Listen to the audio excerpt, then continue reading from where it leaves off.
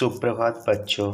मैं आपका अशोक सर व्याकरण का एक महत्वपूर्ण पाठ अशुद्ध वाक्य को शुद्ध करना लेकर प्रस्तुत हुआ हूँ। बच्चों, जब भी आप वाक्य रचना करते हैं तो उसमें कई अशुद्धियाँ होती हैं। उन अशुद्धियों को बचने के लिए ही मैं इस पाठ को आप तक पहुँचा रहा हूँ। वाक्य रचना वाक्य के नियमों के अनुसार होनी चाहिए, यह सबसे महत्वपूर्ण बात है। और वाक्य रचना की इन्हीं अशुद्धियों को बचने के लिए मैं यहाँ पर कुछ नियम लेकर प्रस्तुत हुआ हूँ, जिसे आप ध्यान से सुनेंगे। सबसे पहला नियम है क्रमबद्ध संबंधी अशुद्धियाँ। बच्चों, कई बार वाक्य क्रम अनुसार सजे हुए नहीं होते हैं, जिन्हें हमें सजाना पड़ता है। जैसे देखिए, ग्लास उबालकर दूध में डालो। यहाँ पर हम देखेंगे कि वाक्य सजा हुआ नहीं है, दूध उबालकर ग्लास में डालो। दूसरा वाक्य देखो बच्चों, पानी से नल टपक रहा है।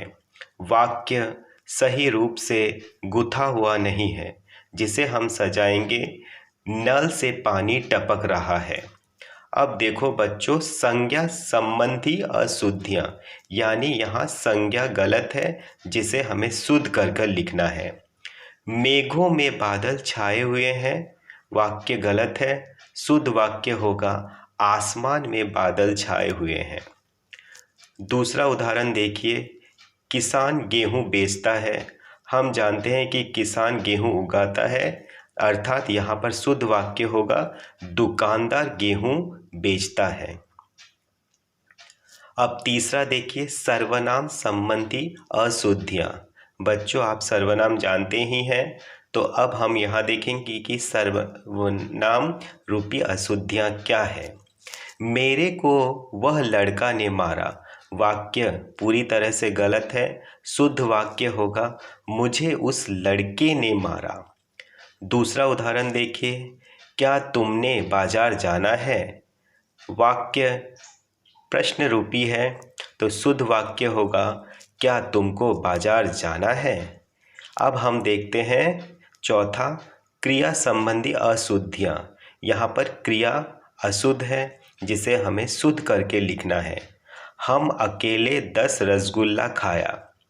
10 के साथ यहाँ पर रसगुल्ले होंगे और शुद्ध वाक्य होगा मैंने अकेले 10 रसगुल्ले खाए। दूसरा अशुद्ध वाक्य देखिए, घोड़ा तेज चलता है। जब यहाँ तेज की बात कर रहे हैं तो घोड़ा दौड़ता है, तो शुद्ध वाक्य होगा घोड़ा तेज दौड़ता है। पांचवा नियम देखिए, विशेषण रूपी अशुद्धियाँ हैं। अशुद्ध वाक्य देखिए, ईमानदार व्यक्ति धोखा देता है। यहाँ पर विशेषण ईमानदार है, परंतु ईमानदार गलत है, तो शुद्ध करके लिखेंगे बेईमान व्यक्ति धोखा देता है। दूसरा अशुद्ध वाक्य देखिए, बच्चा सख्त तकिया पाकर सो गया। यहाँ पर शुद्ध वाक्य होगा बच्चा मुलायम तकिया पाकर सो गया। विभक्ति चिन्ह को थोड़ा जान लीजिए। जब वाक्यों को अन्य वाक्यांश जोड़ते हैं तो उसे विभक्ति चिन्ह कहते हैं। उदाहरण जैसे ने, के, को, द्वारा, से, लिए, ये सब क्या है, विभक्ति चिन्ह। तो अशुद्ध वाक्य देखिए, बच्चे छत में कूद रहे हैं। यहाँ पर में गलत है, बच्चे छत पर कूद रहे हैं। में की जगह होगा पर, यानी शुद्ध वाक्य है बच्चे छत पर कूद रहे हैं।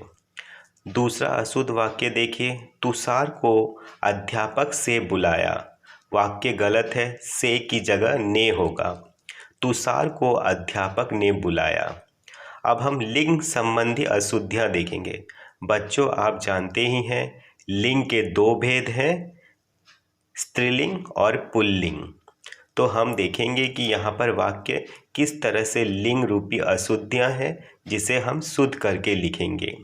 मैंने 4 रोटियां खाया। रोटी स्त्रीलिंग है, इसलिए यहाँ पर शुद्ध वाक्य होगा मैंने 4 रोटियां खाई। दूसरा वाक्य देखिए, पंखा धीरे धीरे चल रही है। यहाँ पर पंखा देखेंगे पुल्लिंग है, इसलिए शुद्ध वाक्य होगा पंखा धीरे धीरे चल रहा है। अब हम देखेंगे कि वचन रूपी अशुद्धियाँ।